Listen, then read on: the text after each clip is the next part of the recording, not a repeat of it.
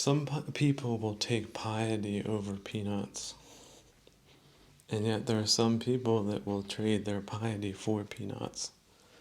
And so really, the two will never see eye to eye on basic fundamental values. So it's not about really convincing people.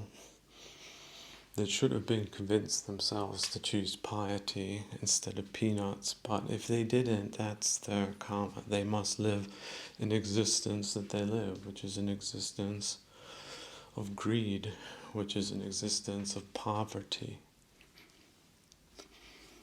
See, we like to think, oh, human beings are rational. Have you ever learned of a miser? Do you not know that they exist? Do you not know that they're a class? Miserliness.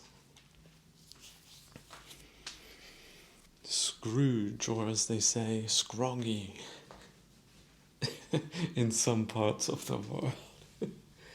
He was working himself to death. He was living in some type of hellscape. And he was so incompassionate, he had so little compassion for others because he had no compassion for himself.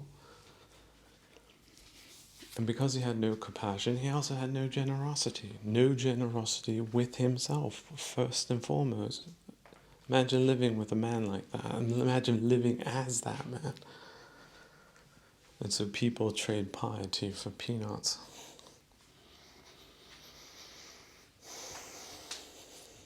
And they withhold their riches, they withhold their generosity. They think it's unwise to not take a peanut when it's offered by those that shouldn't have a peanut in the first place. That can happen. Isn't that where we find corruption and dereliction of duty?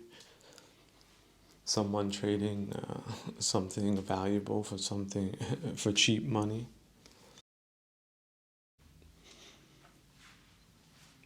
Now, some people, when they think of persuasive, they think of it as just being misleading. But imagine that your plan is indeed better. So why shouldn't you give the right effort in the form of persuasion and saying, well, look at this. This is better. Let's do it this way instead. I feel passionately about the topic, and it's really genuine, because I would rather see good things happen than bad. That's the motivation. It's not really self-interested, because it requires having a certain moral courage to go above and beyond what is required to say what needs to be said, even if a lot of people don't want to hear the feedback because it makes them look bad. It's not about them at all. They could have been the same people 50 years ago, 100 years ago. There's always forces like that, regressive forces, poisonous, debilitating forces. The world is a dangerous place. You would think you could just go to the beach and you're safe, but there's unexploded ordnance just floating around willy-nilly. So your assumptions are wrong based on the environmental variables that happen in this case to be very man-made and very explosive, very toxic, very poisonous, very unclimate friendly. It's not friendly for global warming either, but there's a more immediate threat of the thing just going boom, and you don't have the right tools or the right knowledge on how to either perhaps identify these things, because they come in all different types of crazy shapes and sizes, very small pieces, fragments, and other things. So, and it's enough to take somebody's eye out, or take off some fingers, or land in somebody's head. So we're talking about house pets, We're talking about children, talking about livestock. We're talking about people, farmers, commuters, agricultural workers, people putting fruit in crates, putting produce in crates. So then you've got blown up harbors, can't export the agricultural produce and perhaps other things that are of use, fertilizer or other heavy materials that can only be reliably transported by ship and rail.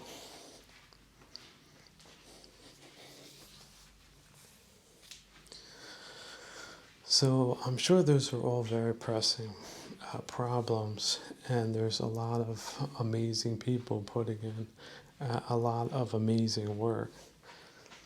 But nobody's going to clap you on the back if you get blown up tomorrow, and you could.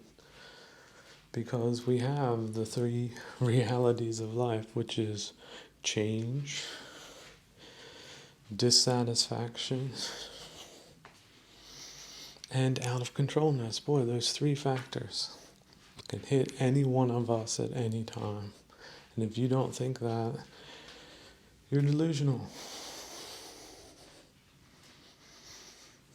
So when you wake up on this planet, be appreciative that you're alive another day to improve your spiritual practice.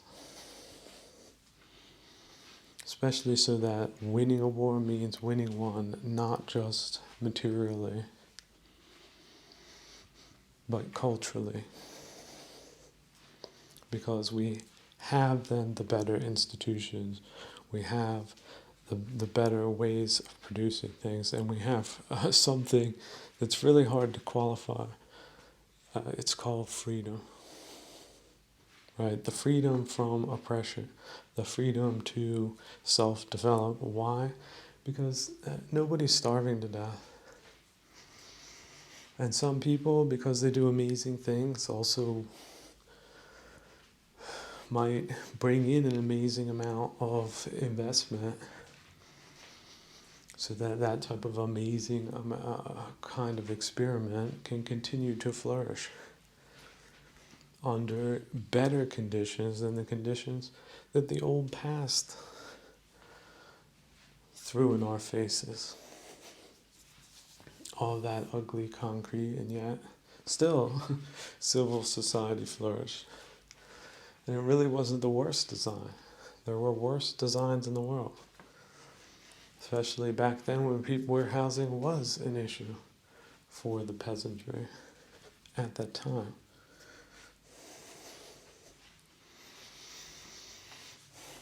And yet we're reaching a point in human history where we can reliably sustain ourselves and also have a reliable amount of freedom within limits.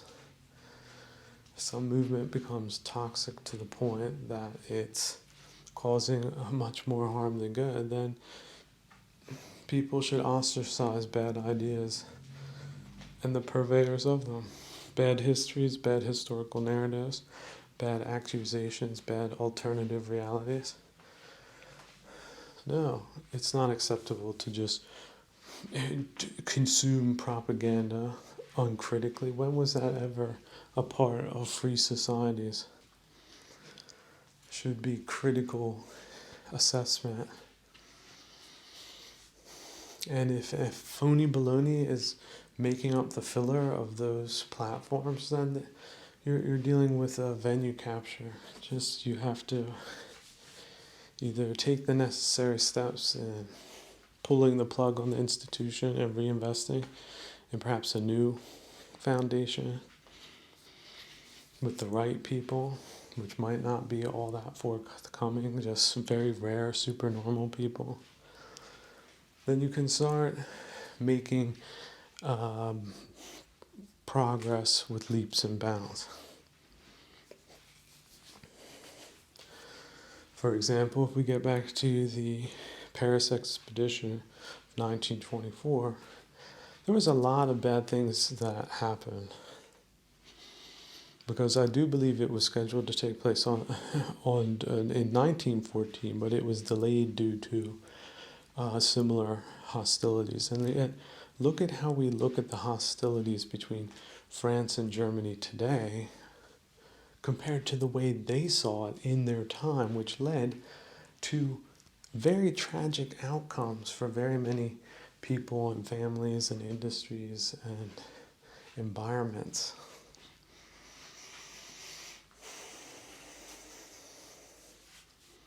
And yet everyone would say, oh yeah, we all agree it's a tragedy. Well, at the time, people were picking sides.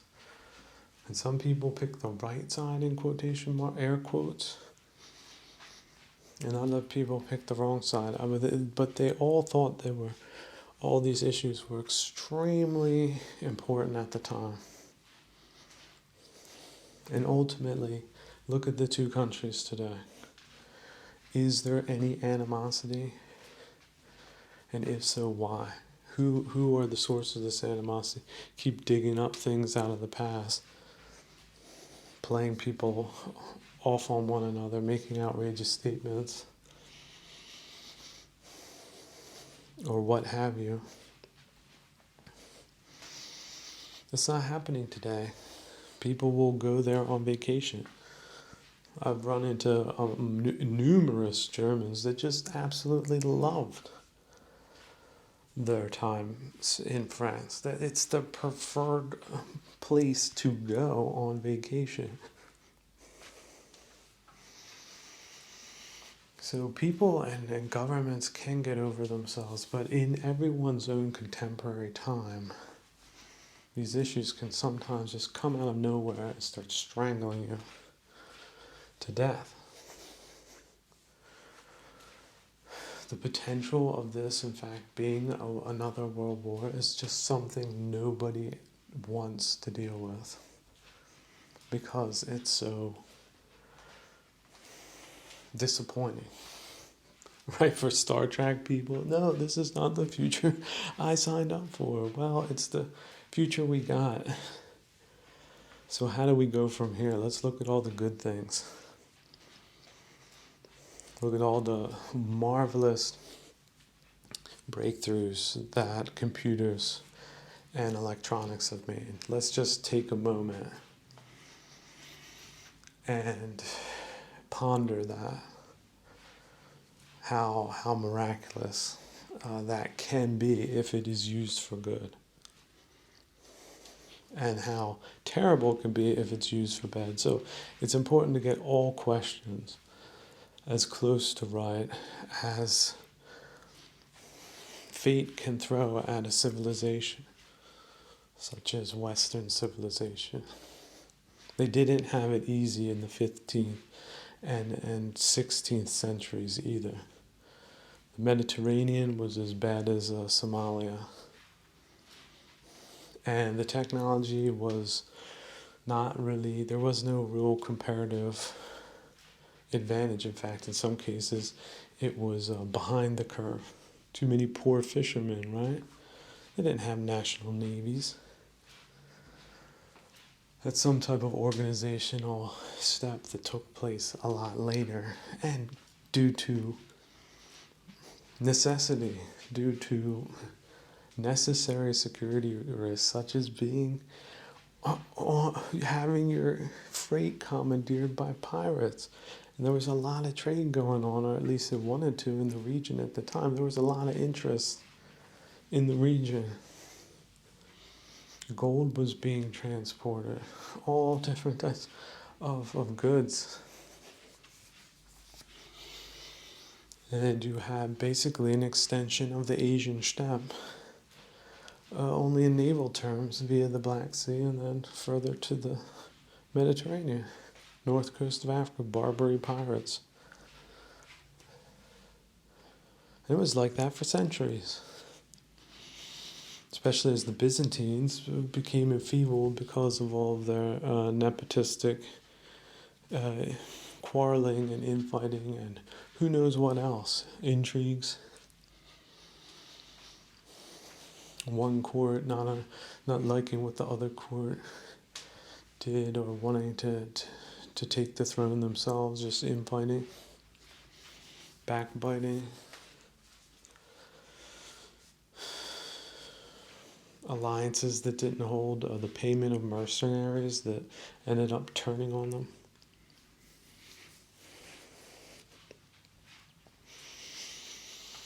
So all of that's happened in Europe.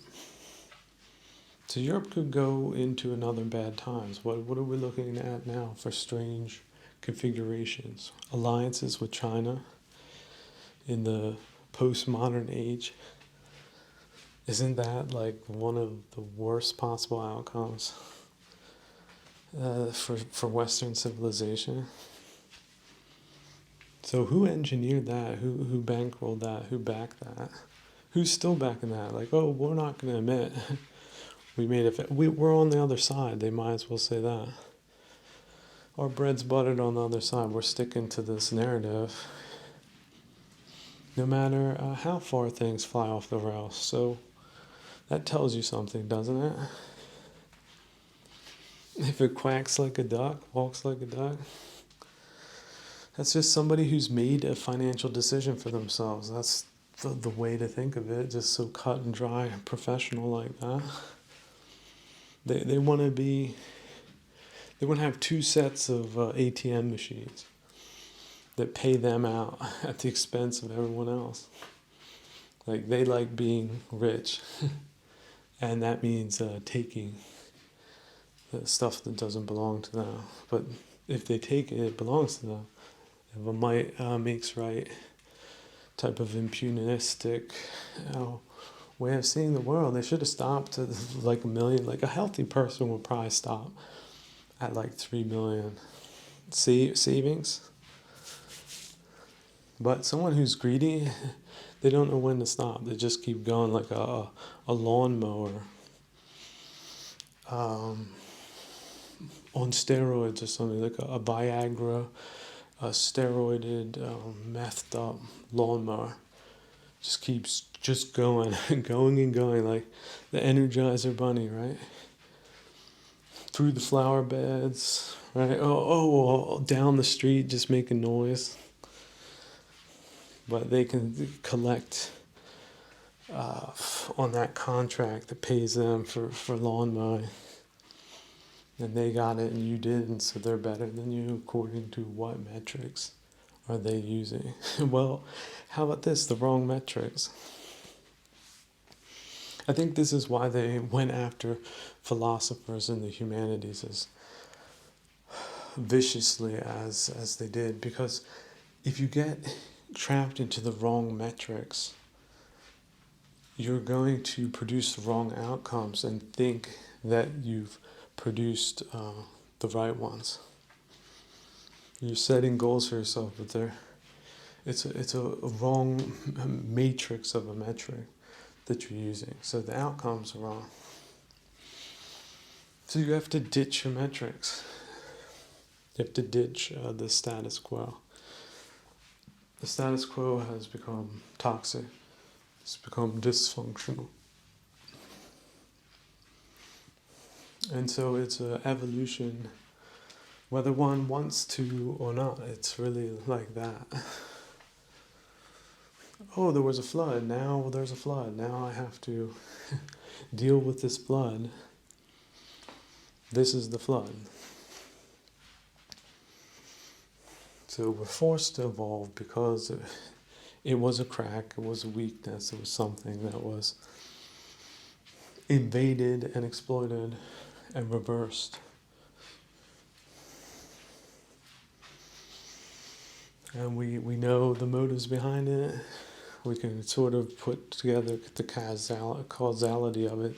This led to this, led to this, led to this. But you could also just see it as a spray and pray tactic. The more things that go wrong, the more policies that get driven off the cliff of nowhere, go nowhere, or misguided, all that's just part of a collective hostile effort. It really doesn't cost a lot. You know, get two, 3, 4, 5 odd people, look halfway decent, to champion your talking points that public relations people polish up for them so that it seems to be closely approximate what a real thing would look like, but in fact is imposteristic. So you can forgive yourself for being hoodwinked. But just like the day after you drank too much and you woke up and you're not going to be drinking again, you might be a little groggy, but if you stick to that principle, you're going to do a lot better for yourself. Because if you backslide, well, who are you punishing with that? You're punishing the world, you're punishing yourself. Well, actually, you're just punishing yourself.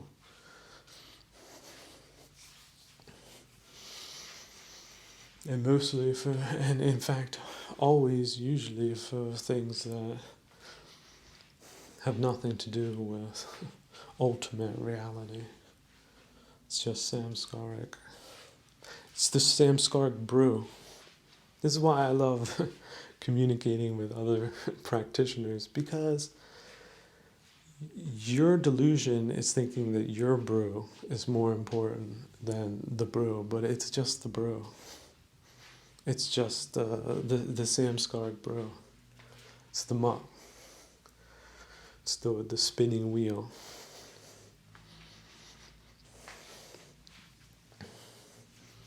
So you reach out, you're gonna burn those fingers, and someone might just latch onto you and then throw you back in, throw you through the porthole, maybe even deeper than you were before. Maybe it's the last time, but maybe not. Maybe you've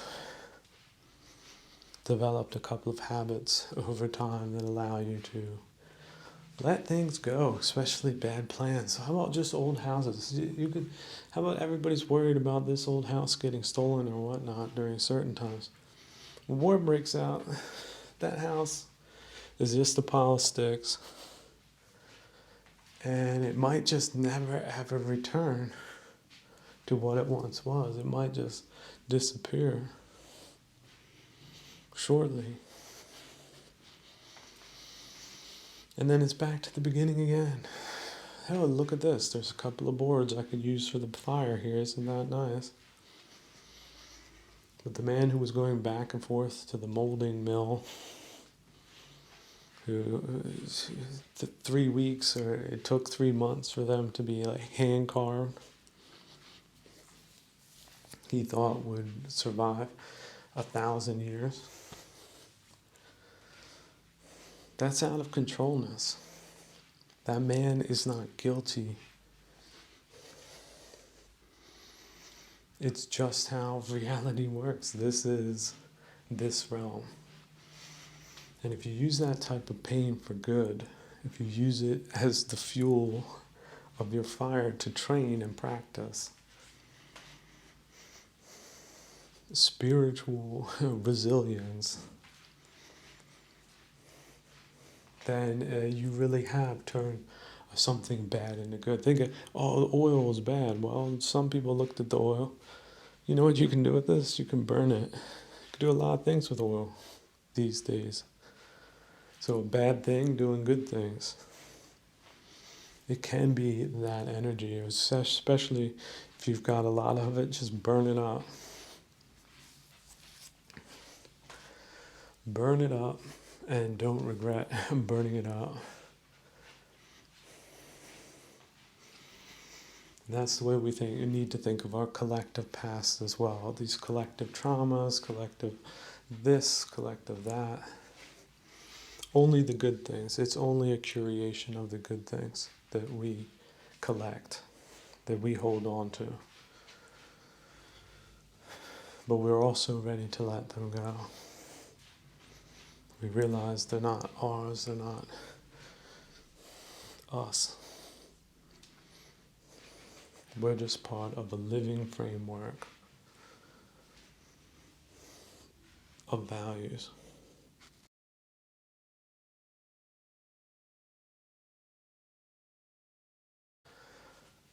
Because there's really only 2 ways to get rich. One is to be born rich, And the other way is to get rich. And getting rich usually involves greed. How do you get around being greedy if you're rich? How do you get around that? You don't. If you are rich, you have more than you need, by definition. And what is needed is really subsistence, that's all. Subsistence, humane subsistence. So how expensive is that? Everyone can breathe the air, you get clean water, you have a reasonable size shelter, you have reasonable amount of food. Doesn't have to be grim at all. But greedy people don't see it that way. A lot of greedy people, it's fear that's driving them. It's either some type of social fear, it's some type of internal instability, it's fear of questioning whether they have value or not. That's one of the fundamental problems. There's social standing fears, there's performance fears. There's all different types of fears that motivate them. But greed is also more understandable. You can see it in stupider animals. Like if you have a whole pile of hay, then the cow will eat the whole pile of hay if it has access to it, because it doesn't have the discipline. And sometimes the animals can even injure themselves because their bellies expand to an unnatural degree, and they can even split. Especially for grain, for example, maybe not hay, but certainly with grain, because it just can't stop. So it's that animal instinct too, where greed comes from. Humans are not far from animals. That's why they say greedy pigs, right? But most people haven't witnessed. They just think that's an insult. But if you really do get to see how pigs live, how they operate, how they eat, how they behave, then you see you're being like an animal. That's really what they're saying. An animal that isn't in possession of higher faculties. Don't be so greedy. Don't eat all the grain. Don't be the greedy pig. Let other people get some of that grain. Greedy people don't see it that way. They want as much of what they can get. And they are completely unperturbed by the thought that that means other people getting less. They don't care. They understand. Like when the pig eats that whole pile of grain before the other pigs get into the pen, even a pig knows that when he eats it, they don't eat it. They don't get any. But that just spurns him on more. That gives him he starts speeding up how much, because he knows they could come in at any time. So he's really hitting the gas. See, you should watch pigs, you should watch animals, you should gain insight from them and try to gain insight into these defilements, the chief of which, one of them being greed. So we covered vanity, right? We covered greedy. So you have to be sort of greedy if you get rich. Because something about, you're not giving the money away, really, are you? Most of them aren't. They're constantly scheming to make more and more and more. And it's really not good for them or others. But they don't see it that way. So they're deluded in that regard. But they think that other people that aren't as greedy as them, they think they're deluded for not being that greedy. Because they're essentially vulgar people, they don't believe in supernormal states of mind. They just say, oh, sure, it's like a grinning pig would grin to the other pig that asked him or told him he shouldn't eat so much. He's, oh, sure, yeah, thanks for telling me that. I know if you were in here, you would eat it all too. See, they have that type of cynical, subnormal, vulgar baseline. They don't believe other people would let other pigs, right, other people have more to eat. because they don't see other people as pigs, because they're trapped in their vulgar mentality. So, and it does consume them, and it does end up enslaving them. They're a slave to things, to digits, to the things that digits can buy, consumed by it. So you would think that greedy people would not go into politics, because they would then have more time for things that would be more aligned up their alley.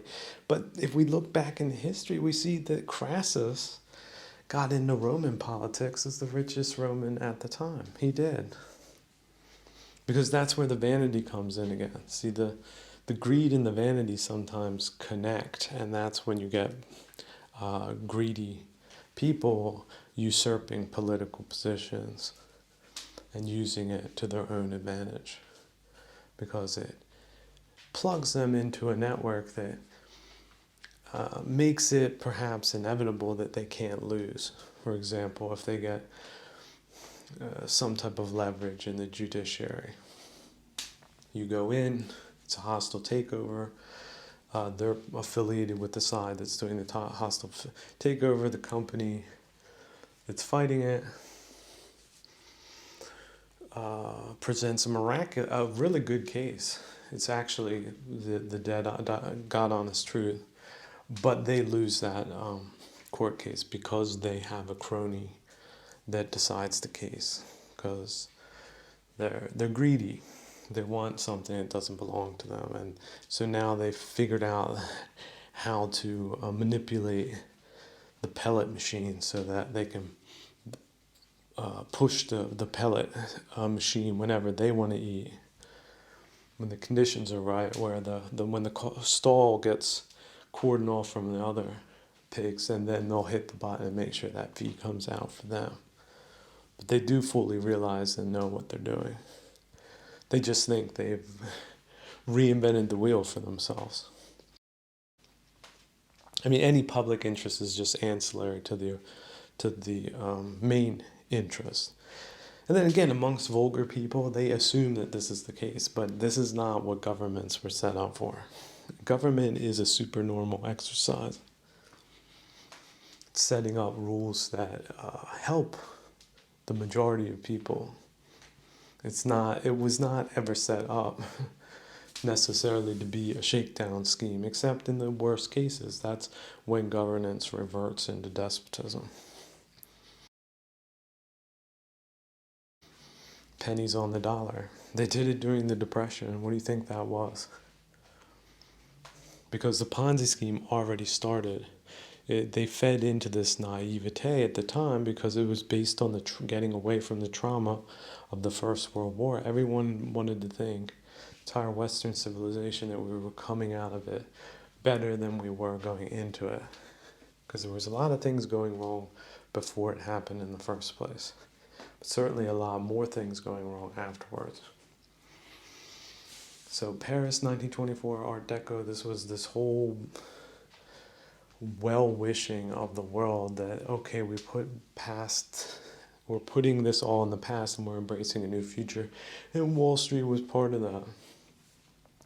We're the best economy in the world. This thing's just going to take off and never fall down. That was this sales pitch.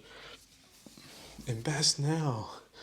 If you didn't invest 3 weeks ago, if you only invest 3 weeks ago, you'd be a millionaire now. That type of market overheating of people who have been traumatized and were looking to get some type of payback from a civilization that was thrown down the gutter, an industrial civilization that turned into an industrial war. That type of disappointment. I mean, money was quite, I would say, not even close to a recompense for that. But people, because they were injured on different levels, probably did succumb to that. That's the whole reasoning behind gambling. Somebody's trying desperately to here. I'll give you $1 for this lottery ticket because they don't see any other way of getting out of their financial dilemma. So this was some type of, I guess, spiritual dilemma. And yet there were young people that didn't necessarily experience the war. 1924 is a couple of years after hostilities ended, and yet there were gigantic financial shenanigans going on. Hyperinflation in Germany. So nobody likes to talk about hyperinflation, but that was one time. There was also hyperinflation after the collapse of the Soviet Union. That's something they don't talk about. Like, yeah, your whole life savings got wiped out. Everybody all at the same time. Gee, wouldn't that sort of suck? That was sort of the big one. How did that happen? Well, if you come back to their little statements that they like to use, like shock therapy, that's part of the thing. They like shock therapy. Gets rid of people, frees up assets. And they're in a position, because they're connected, to come in and buy it and make sure it's legal and give themselves the security. And so you had a case where there was no security, and then you had one of these flip-flops take place, so there was really nobody to even buy the assets except a few connected people. And these, again, few connected greedy people, and greedy people aren't good governors. This is, I think, the ultimate fact of the matter, is that, well, and that's where we're moving towards, is virtue leads to reflection, which leads to wisdom. But if you're greedy, you're not virtuous. So they do not reflect, nor do they create wise policies. So what they do is create greedy policies that they can benefit from, including a greedy policy is deliberately disrupting the economic, socio-political economic climates, deliberately doing that, deliberately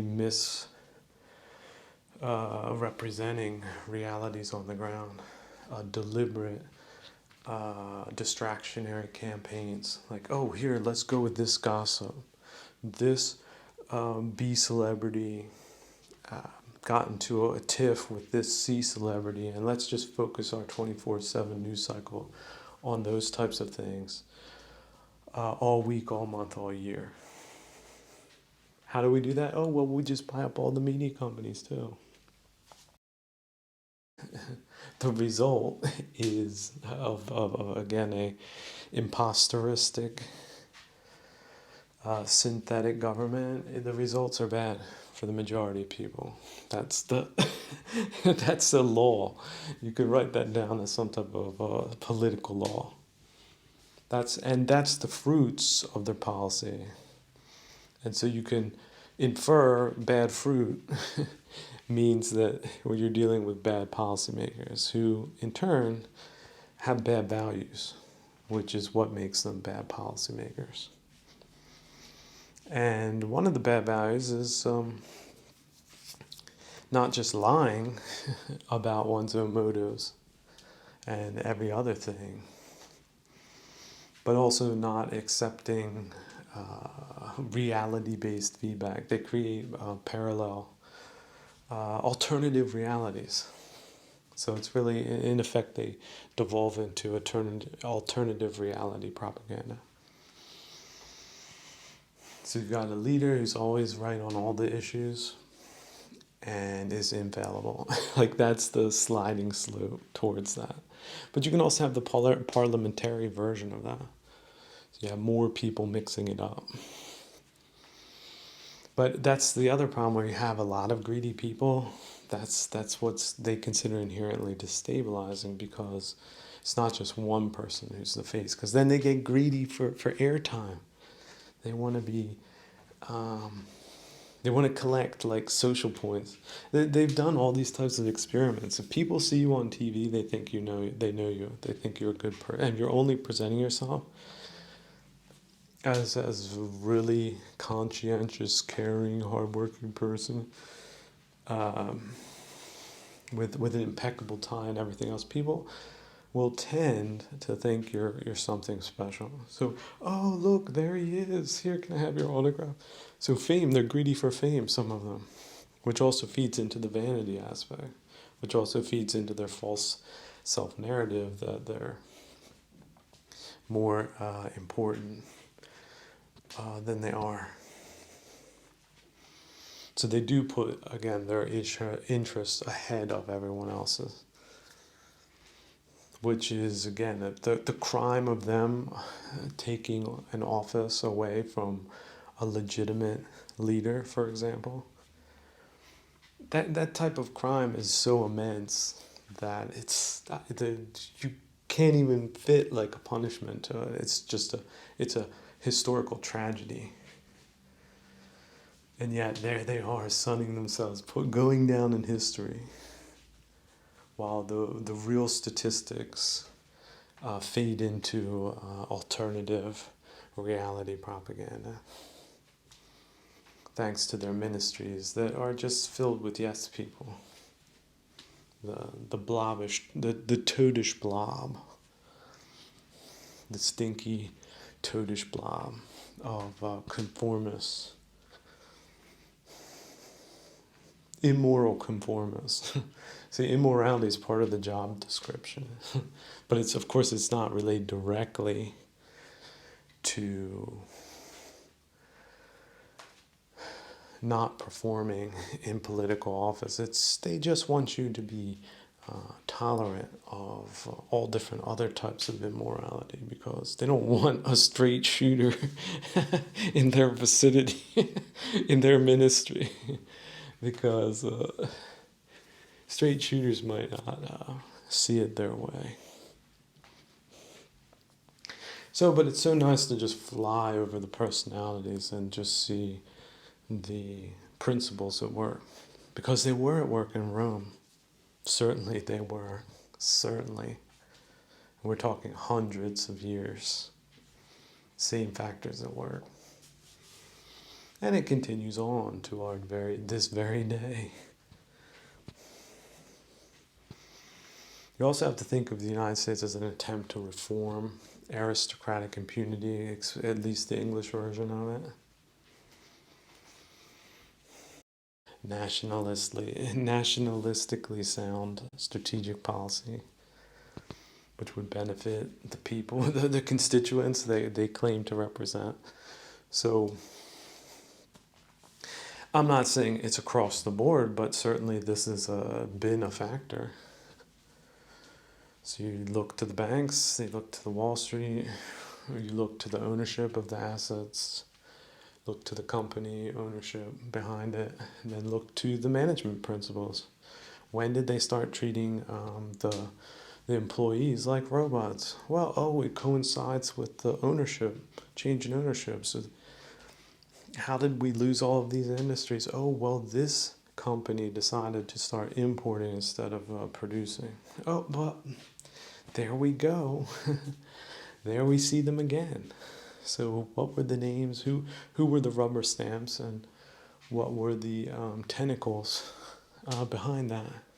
Should be pretty easy to put together if anyone was interested in doing a forensic investigation into massive infamy.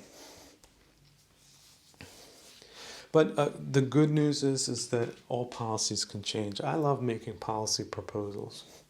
Just let's do this instead. Let's switch out this board entirely. This board, everybody gets fired. We're starting over at zero. So what are the type of people we need? Okay, let's get those people into those positions. What doesn't work? All right, pull the plug on the entire thing. Shut the building down. Just get everybody home. The city's not working. Well, let's think something grand. Let's think up a grand strategy. Something outside the box. Why not? You can do that. Painters paint canvases. Poets write poems. Writers write books.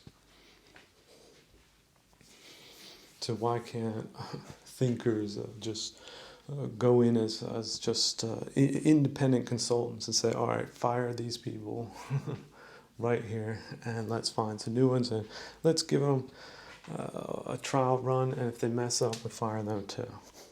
But if they don't, then they get to continue. Maybe they'll even get honors that are worth something. There's nothing more depressing than a fake award ceremony. Because fame is a double-edged sword. You're either a wonderful person or you're a horrible person.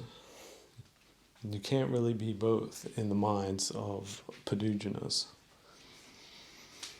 It's pretty limited, but it's sort of how it works. And they have the goofiest things that they like to finally condemn a person on. Like dereliction of duty, usurpation of a public office. That doesn't make a dent in the average Padugina. They're like, oh, what? So? But if the man had a child out of wedlock, Lordy Doherty hit the alarm bell, call the fire department. This man is the second coming of the devil on earth. That's how these ridiculous fools react. And yet it's hilarious. This is what finally takes down some of the biggest monsters. So they started off stupid, they end stupid too. Really doesn't matter. But wouldn't it be nice to usher in a new renaissance so that the next 100 years is really, a lot better managed than the last 100 years based on things being driven to such an extremity that people just finally decided to dump the whole system that they have now and just build a new factory, right? You don't need the damn creaky floorboards and fire hazards and nooks and crannies of junk. Just let it burn down. Just start building a new building. That's the type of way forward we need in these times. Being good is its own reward. Being bad is really its own punishment. You really do have to have faith in that principle working. Ultimately, it is true.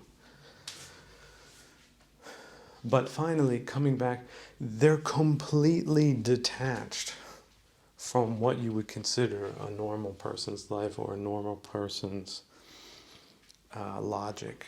They have nowhere to go when they wake up in the morning. They have nothing to do necessarily. So they have nothing that keeps them grounded in, let's say, what you would consider normal everyday life. So this means that they can fall victim to utopianism and nihilism. Especially if they're really imposters, they know there's no good reason why they're in the position that they're in. So they don't see any good reason in treating it with the importance that they should. They just see it as a game, a ruse. And so they also don't have they don't share common values with you. Like you would think they wouldn't do this and this. They do that. They don't care. They're living in a different world, in a bubble.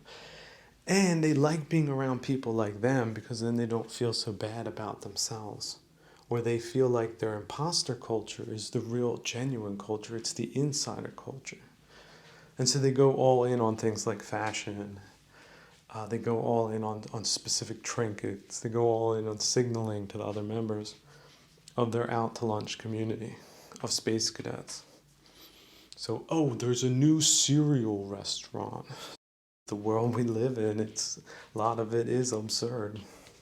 The Calvinists didn't think capitalism would end up this way. So if you go back to people like Franklin, they thought it was like a perpetuum mobile, that this was just the markets or some type of machine that was working and would continue to work and sort out the good from the bad. Quakers thought this way. A lot of Protestants bought into this hard work, and then you get paid for that. And if you're a virtuous person, then of course you're going to get a lot of money back. They bought into that. And it may have been true at the time, at least in their little microcosms. It's certainly not true today. It's not true. Having money is no indication of super normalcy, other than being super greedy. That's sort of what it does indicate, which isn't a virtue. It's a defilement. It's counterproductive. Yeah, that's another thing. You hear sometimes, oh, well, there's all this money. They sent all this money to the central bank in Lebanon because they were promised 10% interest. Just billions that's put into financial games. Then the bank collapsed, all the money. Oh, by the way, it was all gone. It was a Ponzi scheme. They paid out the dividends till they got enough. Walked away with the principal. But think of the investors that were just trying to be that lazy of, oh, I can just park this money. They don't have to put any thought at all into getting businesses running. Any thought at all of dealing with employees. Just the person that when they pick up the phone and call is always there and has a nice little story for them. Can read off the balance of their investment.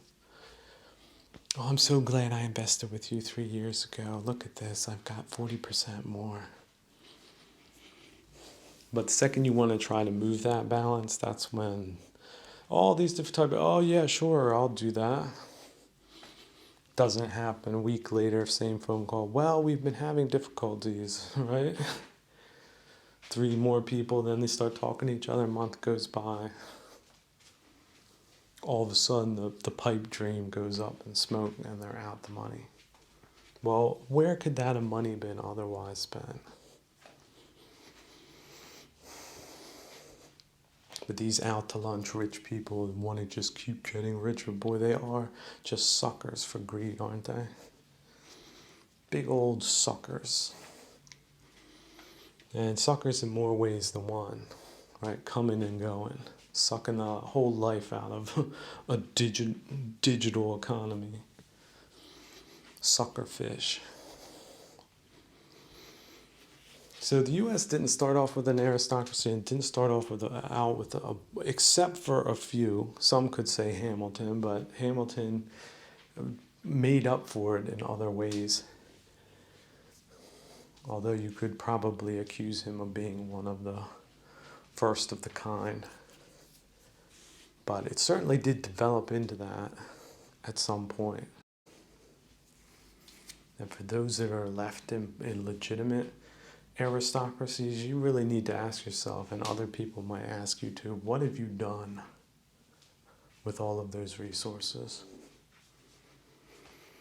Because if it's living luxuriously and allowing the whole system slide into disrepair, then that's not really an accomplishment, is it?